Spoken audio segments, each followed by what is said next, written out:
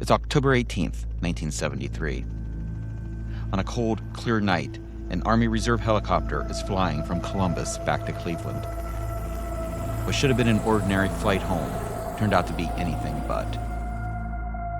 One of the men on board spots a red light. At first, it looks far off. Then it starts to get closer, and it's moving fast. Captain Lawrence Coyne is at the controls. He is a trained Army pilot and a police officer. He knows what normal aircraft do.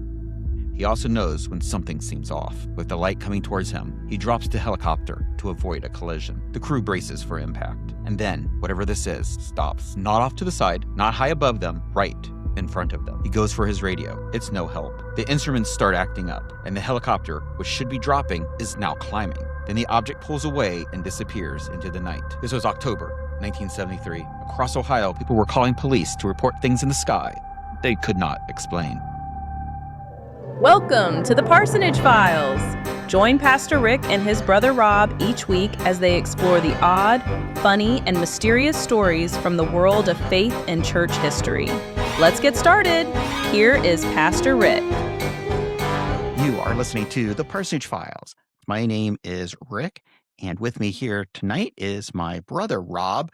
Tonight, we are taking a closer look at the famous 1973 Ohio UFO Wave. And this is probably the biggest thing to happen to the state of Ohio in 1973, besides the fact that you and I were born. Which would have been the biggest thing that year. Certainly in this neck of the woods. Absolutely. Absolutely. So let's dive a little bit deeper here into what is probably the most famous story to come out of this UFO wave. There were shenanigans all over the state, though, to be clear. Absolutely. From Cincinnati to Columbus to Greenfield to Cleveland, there were all kinds of odd things happening. So this is probably the most famous UFO story to come out of the 1973 Ohio UFO Wave. Yeah, absolutely. I mean, everyone's heard this. If you are at all involved in UFOs, like UFOs, You've heard this story. or if you've just grown up in Ohio, they usually drag this story out every Halloween time. And it's the one of two reasons people have ever heard of Mansfield, Ohio. Yeah. This story and the ghost stories from the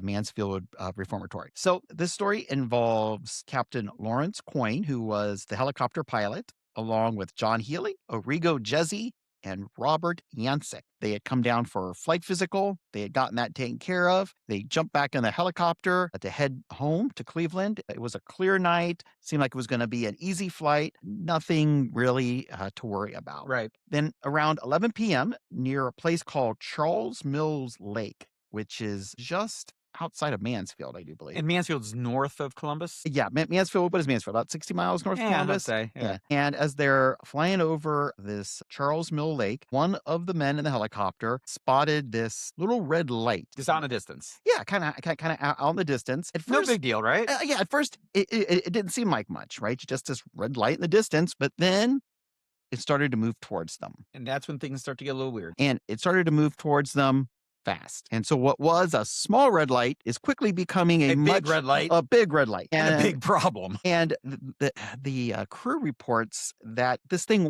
it didn't look like a balloon. It wasn't drifting. It looked like it was powered on its own. And moving on purpose. Moving on purpose and moving very, very quickly. Like faster than anything they've seen before. They said it was faster than anything that they had seen. Very fast. And correct me if I'm wrong, but I think these guys had been together for a while as a crew, right? They had a bunch of years of combined experience in the air and on this aircraft. And weren't a couple of them cops? Yeah, for sure. That the pilot, Coyne, was an active police officer. And so they're used to, I mean, as the old adage goes, right? They're military pilots and they're police officers, so that always makes them great observers. Isn't that what they always say in UFO shows? Right. Makes them expert observers. Yeah, that's what they always say. There's something to that. There is. It's overplayed on all the UFO shows. Are they better than others? Well, they have more experience. They do have more experience. Does it mean that they can't be fooled? No. Does it mean that they have more experience to help identify things? Yeah, absolutely. So there is something to it. So this light's coming at them, and Coyne calls on the radio to try to get a hold of this other aircraft. Nothing. In fact, the He radio. thinks it's another aircraft. Well, yeah, at this point, and the radio is dead. And so he did what any normal person would do. He said, "Hang on, guys." He pushed the stick forward and put the helicopter into an emergency dive to avoid a collision with this thing. I'm just imagining everyone in there grabbing a hold of things. Yeah. So apparently the crew grabbed a hold expecting a crash with either this weird object coming at them or the ground.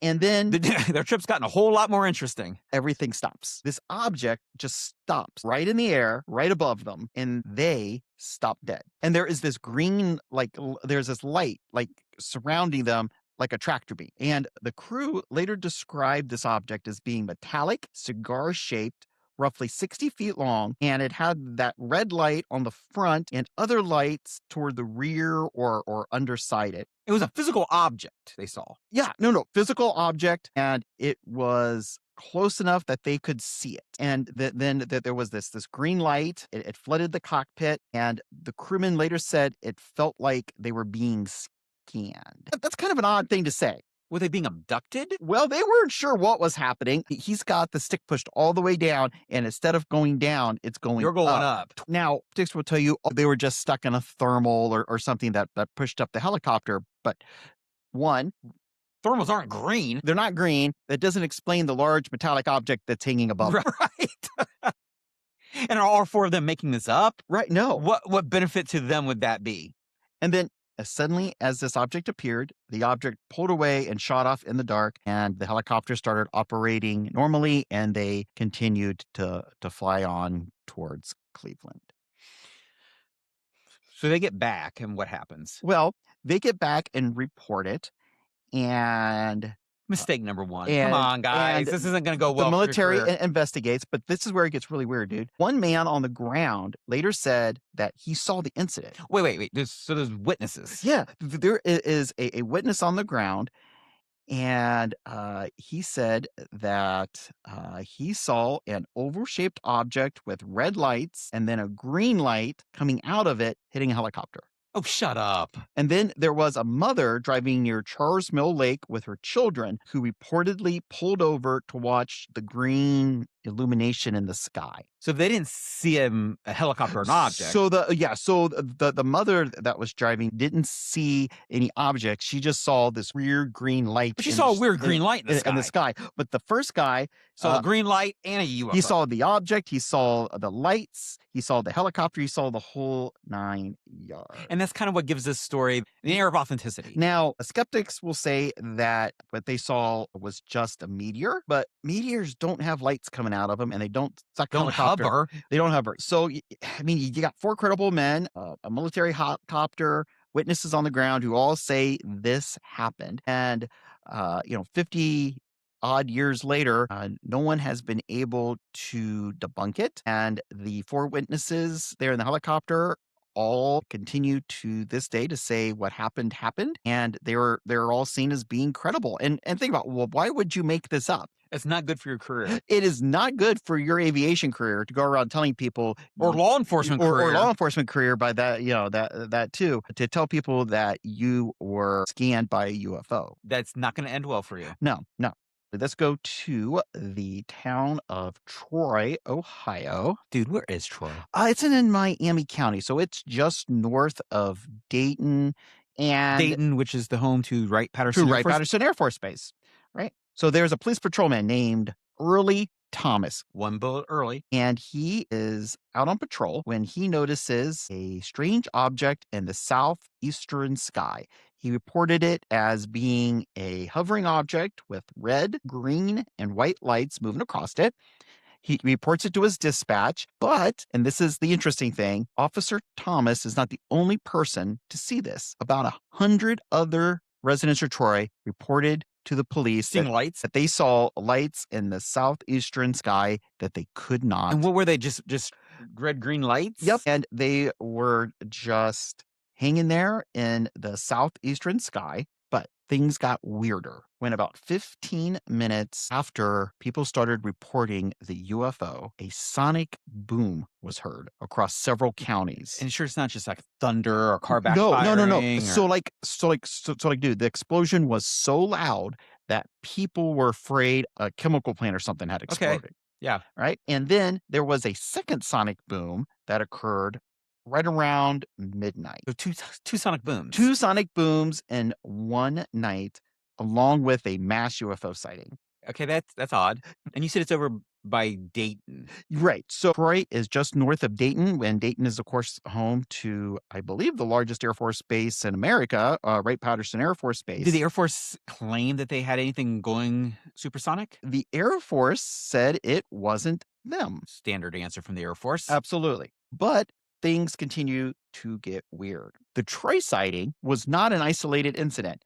There are, in fact, several other really good UFO reports that came out of that region of Ohio. In about the same time? Right about the same time. On October the 10th, there was a Montgomery County Sheriff's deputy who was out on patrol when he saw an oblong object hanging low over some treetops.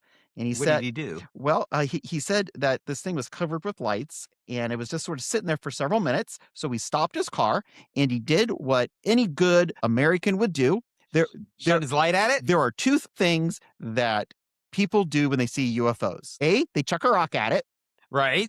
Or B, they shine a light at it. And he did the latter. He did the latter. So he took the spotlight on the top of his cruiser and he shined it at the UFO. Did anything happen? It started coming right at it. Or just made it mad? Well, made it mad, or thought So I said, hey, come here. It thought, friend. And so it started coming right at him, and it reported that it came directly at him, got right to him, and then shot straight up into the air and disappeared. First, I would have taken that as an offense because it came over, saw who you were, and like, nah, not interested. Bye.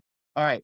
So Greenfield, which is another little town there in southwestern Ohio, not too far from Troy, a police officer later identified only as a Sergeant Hugh reported seeing a glowing object hovering in the sky, and he gave chase. And he said, that's strong. And he said he chased this object for several miles. Okay. It was reported to be circular in shape, glowing white and yellow. And the report says it was, quote, huge. Did it make any sound? It apparently hummed, and it flew just above the trees. Did he flash his lights or anything at it? No. But he just chased it. Yeah. And so when you're chasing a UFO, yeah, what is your end game? I have no idea. I mean, what are you supposed to do if you catch it? Literally no idea. And you put little cuffs on the aliens? I mean, what crime are they committed? I'm going to guess Sergeant Hugh didn't have any idea either. So, but it just felt like he should do something. Yeah, it was kind of his job. And I would assume this is like military activity tied to Wright-Patterson? Well, Yom Kippur War, right, is going on about this time? Exactly. During the same time, you have the Yom Kippur War. So military traffic, especially coming out of Wright-Patterson, a lot of military transport stuff. So some of these sightings may have just been a large number of aircraft that were in a pattern around Wright-Patterson, either waiting to land or... They wouldn't be right above the trees. They wouldn't be that low, you would hope. Or cigar-shaped even. No. But Rob, the story doesn't just stay in southwestern Ohio. And this is the part of the story that I don't like. This is the story that you and I heard about when we were kids. Rob, why don't you talk about what was happening here in beautiful Franklin County and what is known as the West Columbus Wave. So as we mentioned earlier, this was a story from our childhood that used to scare us because it literally was a field that we would drive by and our mother would point out that's where the aliens were. Every single time we drove by it, and then would get annoyed that we would be afraid for like the next week. Absolutely. So the story goes, a guy reports seeing some lights zigzagging outside of his window near his home. He goes outside afterwards. It's a big field. That field that we would drive by, and he saw a patch of grass and weeds that had been crushed flat, kind of in a semi-oval shape, about 30, 40 feet in circumference. He just said he didn't hear any noise. He didn't know what had done this. Later explanations have been things from farming equipment to deer bedding down for the night. So there's not much more to that story than that, but it is kind of a strange happening. Now, this next story took place right by where our Aunt Shirley and Uncle Bob used to live. So yeah, a young couple had just left a drive-in on the west side of Columbus over a soybean field there on Hall Road. They saw a bright object hovering over it. The woman noticed it first, kind of drew her date's attention to it, and they kind of stopped the car and watched it. Her date was a guy by the name of Jesse Dunnigan. He was 21 years old and an Ohio National Guard flight controller. So he knew aircraft. Yeah, he worked around aircraft every day. So he knew what a plane looked like, especially ones at a low altitude, and he knew what a helicopter looked like, hovering, and this was neither of those things. Dunnigan said it was a bluish-white object that pulsed. When it flew, it zigzagged over the soybean field, hovered a little bit over some trees, and then dropped straight down.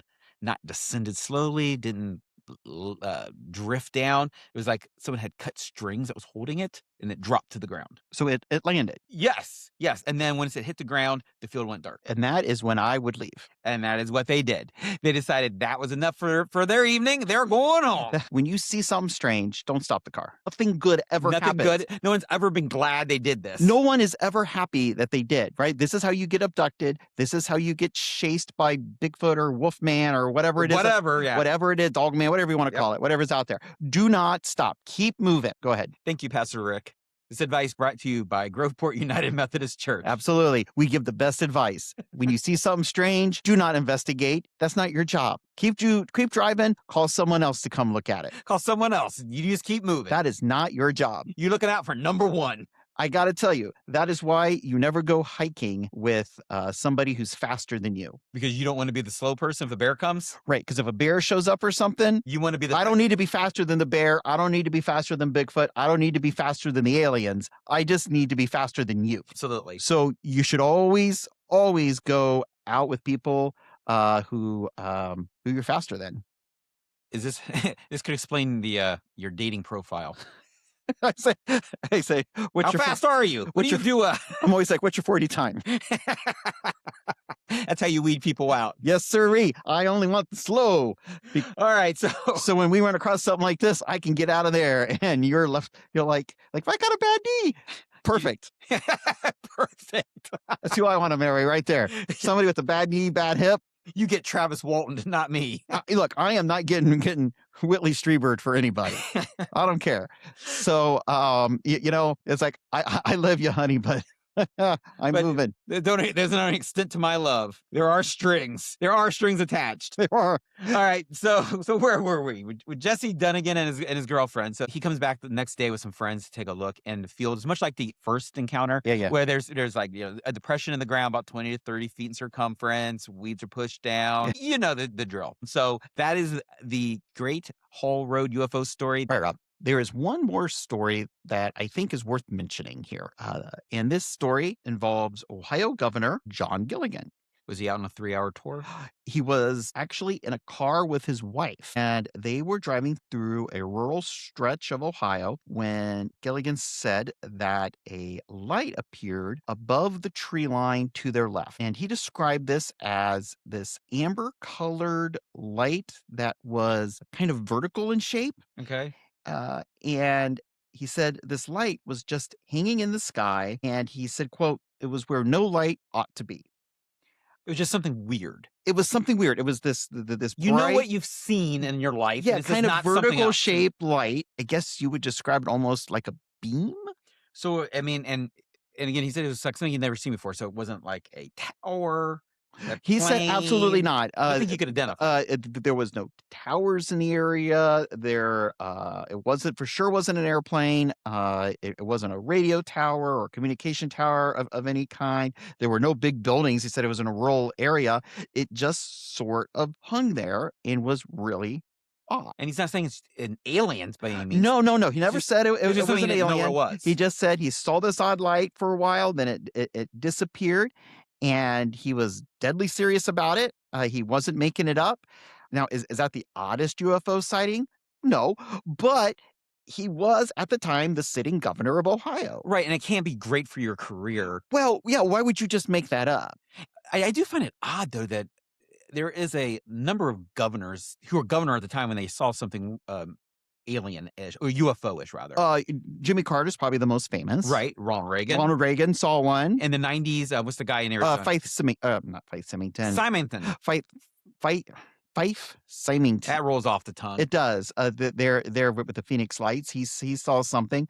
And I'm going to guess this because governors travel a lot around I would their assume. states. But they're also not known for their jocularity. Well, yeah. Why would you make something like that? How's that great for your reelection bid? Right. So People literally are going to make fun of you. yeah. So if you put all of these stories together, there was something odd happening here in the state of Ohio in the fall of 1973. Oh, absolutely. Absolutely. I mean, you have military pilots, you have police officers, you have groups of just ordinary citizens, you even have the governor seeing odd things in the sky. I don't know how to explain it. Well, one could say, and I mean, I'm not trying to poo-poo this whole thing, Right. but because the Coyne incident really does strike me as something happened to those guys. But once you start getting something into the public mind, everyone starts seeing it. Oh, absolutely. And every weird light in the sky now becomes someone from Zeta Reticuli. Oh, absolutely. And I'm sure tonight, if I would go out in my backyard, You could see something weird. I could see something weird. If I sat on my back porch and stared at the sky for a long enough time, I'll see something that I don't know what it is. Well, thanks for listening to us ramble on about the weird events of the fall of 1973 here in Ohio. I like to think it was an intergalactic welcome party for us, to be honest. They heard we were born and they said, you know what? We have to get there and say hi. Absolutely. Absolutely. So until next time, thanks for listening. And again, if you're looking for a church home, we would love to have you at Groveport UMC. Our Sunday worship is at 10:30 a.m. online or in person. Take care.